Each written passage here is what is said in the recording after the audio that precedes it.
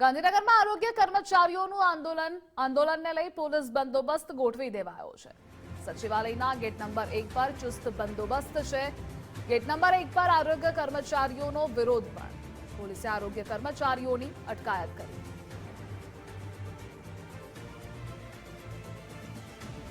આરોગ્ય વિભાગના કર્મચારીઓ આજે ગાંધીનગરની અંદર ધામા નાખવાના છે પોતાની હડતાલને લઈને, પોતાની માંગને લઈને, અને તેને લઈને ગાંધીનગર અને સચિવાલયને જોડતા જે રસ્તાઓ છે ત્યાં ચુસ્ત પોલીસ બંદોબસ્ત જે છે તે ગોઠવી દેવામાં આવ્યો છે। અને એક રીતે કહી શકાય કે સચિવાલયને છાવણીની અંદર તબદીલ કરવામાં આવ્યો છે।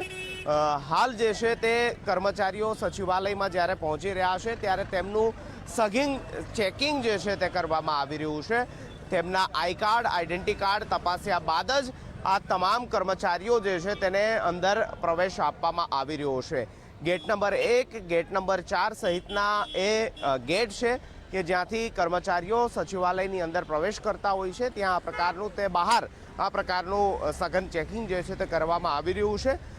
આરોગ્ય કર્મચારીઓએ આજે ગાંધીનગરમાં ધરણા કરવા માટેની જાહેરાત કરી છે।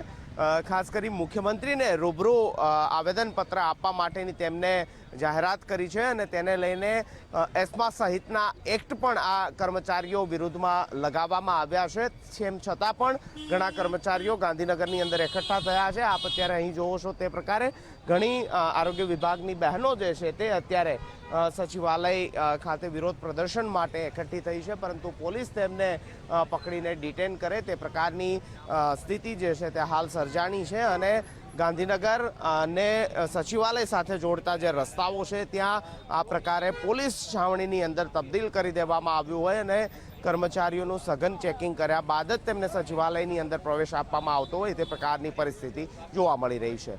કેમેરામેન દીક્ષિત સાથે નિકુંજ જાની, ગુજરાત ફર્સ્ટ, ગાંધીનગર।